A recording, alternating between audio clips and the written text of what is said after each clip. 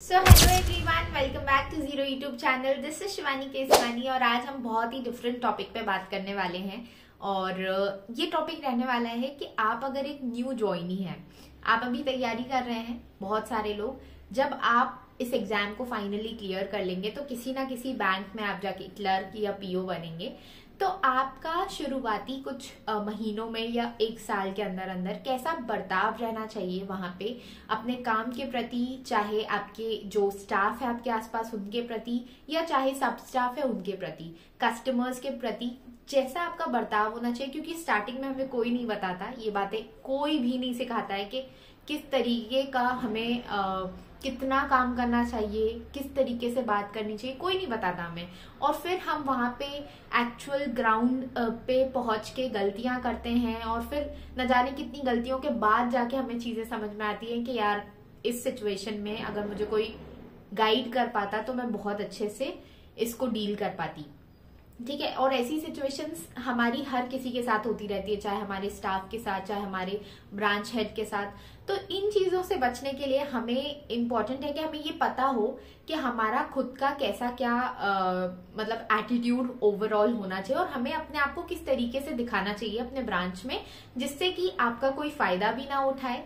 Obviously क्योंकि आप नए नए से हैं, आपको कुछ नहीं पता है, तो वहां पे यही हर कोई अपने काम से बचना चाहता है। तो आपको कोशिश यही की जाती है, क्योंकि आप नए हैं, आपको इतना पता नहीं और आप एक फ्रेश ब्लड है एकदम, तो आप चाहेंगे कि मैं बहुत सारा काम करूं और मैं अपने आप को प्रूव करूं। लेकिन इसी दौरान ये हो जाता है कि आपको सब लोग अपना काम देने लग जाते हैं और आप बेवजह एक्स्ट्रा काम करने लग जाते हैं। तो ये सारी चीजें आपको पता होना बहुत जरूरी है। और अगर आप ये चीजें दिमाग में रखेंगे तो आई कैन अश्योर यू कि जितना एक अननोन, मतलब जो इंसान जिसको नॉलेज नहीं है कि कैसे क्या मुझे चीजें करनी थी स्टार्टिंग में, कैसे मुझे अपने आप को दिखाना था, वो सारी चीजें जिसको नहीं पता होती है उसको बहुत दुख देखने पड़ते हैं। और अगर आपको पता होंगी ना तो आपको ये सारी चीजें नहीं देखनी पड़ेंगी, डैम श्योर। ठीक है, तो शुरू करते हैं बिना किसी देर के। तो सबसे पहली जो चीज है, never say no to any work. हाँ, आपने बिल्कुल सही सुना। आप बोलेंगे कि मैम ये क्या सिखा रहे हो आपको तो सिखाना चाहिए कि नो कैसे बोला जाए, क्योंकि हमें नो बोलना नहीं आता।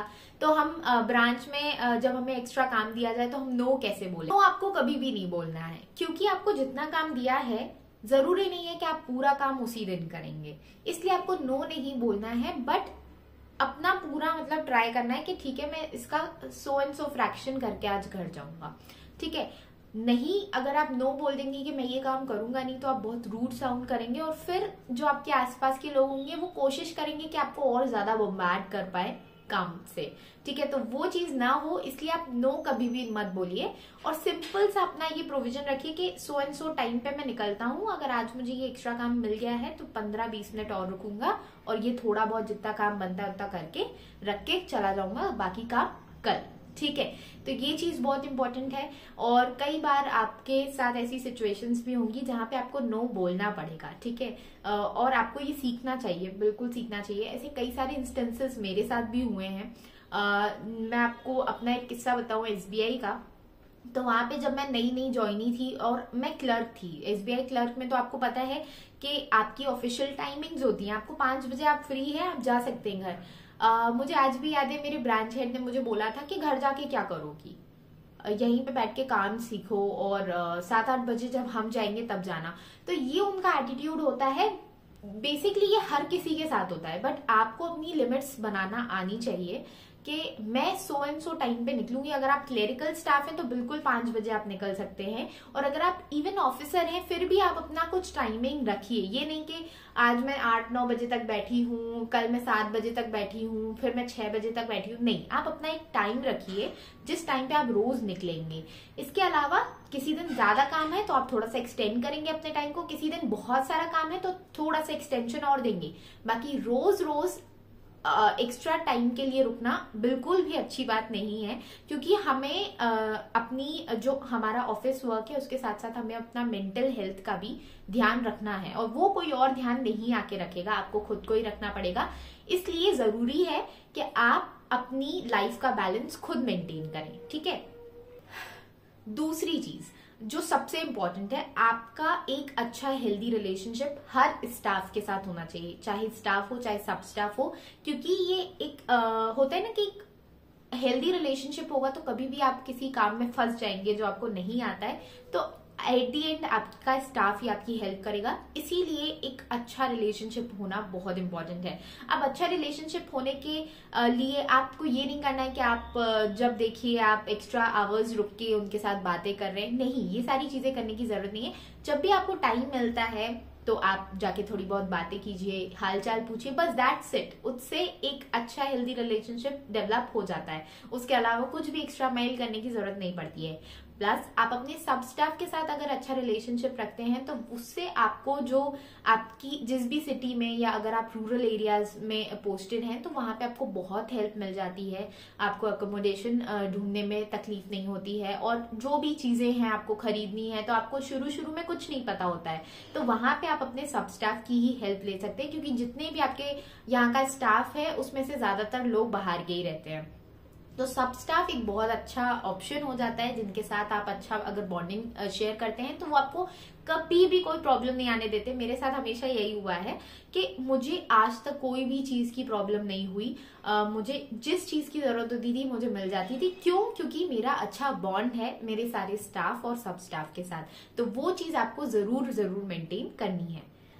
तीसरी मोस्ट इम्पॉर्टेंट चीज, क्योंकि अब हम एक फ्रेश ब्लड की तरह बैंक में एंटर करते हैं, तो हमें यही रहता है कि हम जल्दी जल्दी सारा काम निपटाएंगे और घर जाएंगे। ऐसा कभी भी नहीं होता है। अगर आप सारा काम जल्दी जल्दी करने की कोशिश करेंगे तो आपको और ज्यादा काम दे दिया जाएगा, क्योंकि आपकी स्पीड फिर दिखती है स्टाफ में कि ये जो इंसान है ना, ये बहुत जल्दी काम कर लेता है, इसको अपन वो वाला काम भी दे देंगे, वो वाला काम भी दे देंगे। क्योंकि बाकी सबकी स्पीड कम हो ही जाती है टाइम के साथ। हर कोई समझ जाता है कि हमें एक अपनी थोड़ी सी स्पीड कम करके ही काम करना चाहिए, क्योंकि वरना एक्स्ट्रा काम भी करना पड़ेगा। दूसरी चीज, अगर आप जल्दी जल्दी काम करेंगे तो आप अपनी बहुत सारी एनर्जीज लगा देंगे, फिर आपके पास कोई एनर्जी नहीं बचेगी। आप घर जाके आपको खुद भी काम करने रहते हैं, इधर उधर ट्रांसफर मिलता है, तो सारे घर के काम करने हैं और जमाने भर की चीजें होती हैं, वो सब करने के लिए आपके पास बिल्कुल भी एनर्जी नहीं बचेगी अगर आप हाई स्पीड में बिल्कुल काम करेंगे तो।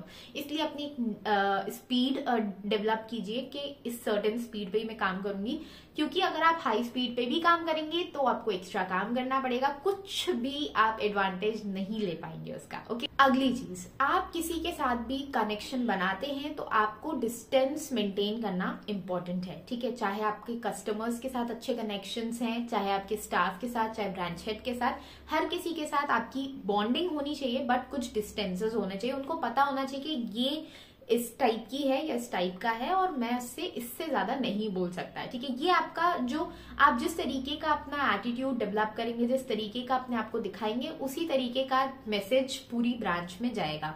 इसलिए अपने आप का एक होता है ना कि बाउंड्री सेट करना बहुत इंपॉर्टेंट है, क्योंकि आजकल आपको पता है कि बैंकिंग जॉब, चाहे कोई भी जॉब आप ले लीजिए, सारी जो कॉर्पोरेट लाइफ की जॉब्स हैं बहुत हेक्टिक हो गई हैं, और यहाँ पे अगर आप की कोई बाउंड्रीज नहीं है तो आप अपनी मेंटल हेल्थ के साथ इतना बुरा कर जाते हैं कि कई सारे लोग, अब देखिए बुरा तो लगता है ये बोल के, बट हाँ, कई सारे लोग सुसाइड कर लेते हैं, डिप्रेशन में चले जाते हैं।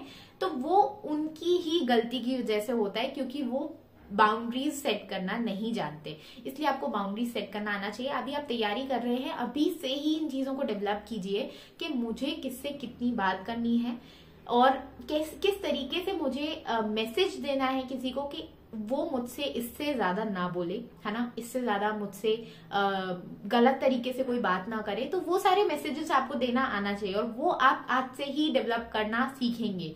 जॉब में जाके फिर आपको बहुत तकलीफें देखने के बाद वो चीजें सीख पाओगे। इससे अच्छा अगर मैं आज आपको बता रही हूँ ये चीजें, तो इसका एडवांटेज लीजिए। ओके, अगली चीज, आप अपने टाइम की रिस्पेक्ट करेंगे। अगर आप अपने टाइम की रिस्पेक्ट नहीं करेंगे तो कोई रिस्पेक्ट नहीं करेगा। जैसे मैंने आपको अपना इंस्टेंस बताया कि आपको घर जाके क्या ही काम करना है, यहाँ पे बैठ के काम सीखिए। आपके पास खुद के काम होने चाहिए, आपकी खुद की एक रूटीन होनी चाहिए। चाहे आप किसी और एग्जाम की तैयारी कर रहे हैं, चाहे आप कुछ भी नहीं कर रहे हैं, फिर भी आपके पास कोई रूटीन होनी चाहिए कि भाई मुझे घर जाके सो एंड सो काम करना है, मुझे ऑफिस में रुकने के लिए पैसा मिलता है और उतना मैं काम करके, उतना डिलीवर करके अच्छे से जाऊंगी, ये नहीं कि मैं अपने काम में मक्कारी करूं, वो बिल्कुल भी नहीं करना है। आप जितने टाइम आप ऑफिस में काम करते हैं आपको पूरा डिलीवर करना है, आपको अपनी रिस्पॉन्सिबिलिटी से नहीं भागना है। लेकिन जितना टाइम आपका है उतने ही टाइम आपको काम करना है, उसके बाद आपके खुद के भी काम है, आपके पर्सनल काम है, आपको अपनी फैमिली को भी टाइम देना है और बतेरी और चीजें हैं। तो उसको कभी भी आपको ये नहीं कहना है कि हाँ मैं तो फ्री हूं यहीं बैठ जाती हूँ, नहीं।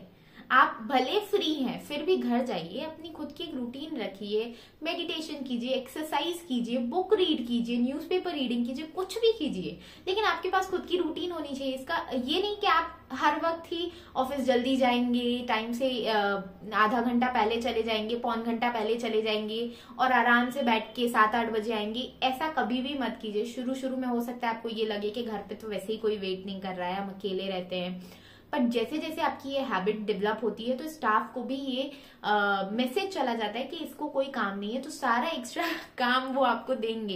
ये चीज मैं आपको रियल बता रही हूँ, मैंने खुद ये सारी चीजें ब्रांच में देखी हैं, दूसरों के एक्सपीरियंसेस मैंने देखे हैं किस तरीके से किसको कितना काम दिया जाता है। इसलिए हमेशा अपनी बाउंड्री सेट कीजिए, अपने टाइम की कद्र कीजिए। आप करेंगे तभी लोग आपके टाइम की कद्र करेंगे। और लास्ट चीज, अपनी जो भी बैंक की पॉलिसीज हैं उनको अच्छे से पढ़िए। आपको नॉलेज होना चाहिए। आपके साथ आप बैंक में काम कर रहे हैं, फिनेंसेस को डील कर रहे हैं, पब्लिक के पैसे के साथ, और पैसा बहुत इंपॉर्टेंट, आपको पता है लोगों की जान में जान आ जाती है अगर उनको पता चलता है कि उनका पैसा सेफ हैंड्स में है। तो आपको वो सेफ हैंड बनना है। आपको कभी भी किसी के भी पैसे के साथ कम ये नहीं करना है कि इसका तो 600 रुपए है तो मैं इसका साइन नहीं चेक करूं, 600 रुपए जो लोग पेंशन निकालने आते हैं मैं साइन नहीं चेक करूं। आपको जितनी आप डूज एंड डोंट्स जितने आप करेंगे 1 लाख रुपए निकालने में, उतने ही आप 100 रुपए निकालने में भी। प्लस आप अपनी हर जॉब को ईमानदारी के साथ अच्छे से करेंगे, सारे रूल्स रेगुलेशंस को जानते हुए, और जितना हो सके अपनी पॉलिसीज को खुद पढ़ने की कोशिश कीजिए, चीजों को इधर उधर से पता करने की कोशिश कीजिए, अपने स्टाफ से सीखिए कौन सी प्रैक्टिसेस आपको सही लगती हैं, खुद की प्रैक्टिसेस डेवलप कीजिए। ये नहीं कि कोई कुछ गलत काम कर रहा है तो आप भी उसके साथ, मतलब ये नहीं कि आप किसी की भी एक्टिविटी से इन्फ्लुएंस हो जा रहे हैं, नहीं। आपके पास खुद का दिमाग है, खुद सोचना है आपको, खुद समझना है, खुद के डिसीजंस लेने हैं आपको, और खुद ही सारी चीजें आपको मेंटेन करनी है। तो on this note I and up this video. I hope आपको बहुत सारी चीजें समझ में आई होंगी, पता चली होंगी। आप आज ये वीडियो देख रहे हैं, जिस दिन ज्वाइनिंग हो आपकी फर्स्ट डे उस दिन भी ये वीडियो जरूर देखिएगा, सारी चीजें रिवाइंड करने के लिए, क्योंकि बहुत इंपॉर्टेंट चीजें कोई नहीं बताता है सच में। अगर ये चीजें मुझे किसी ने बताई होती बैंक में जॉब करने से पहले तो मैं अपना बहुत सारा वक्त बचा चुकी होती, जो लड़ाई झगड़े और मेंटल टॉर्चर में चला जाता है, वो सारा टाइम नहीं जाता है अगर आपको थोड़ी बहुत चीजें भी आइडिया होती है। बाकी अगर आपको कोई भी दिक्कत परेशानी आती है तो आप कमेंट सेक्शन में जरूर बता सकते हैं। मेरे पास जितने सॉल्यूशंस होंगे मैं देने की कोशिश करूंगी। मिलते हैं नेक्स्ट वीडियो में, तब तक के लिए टेक केयर, बाय बाय।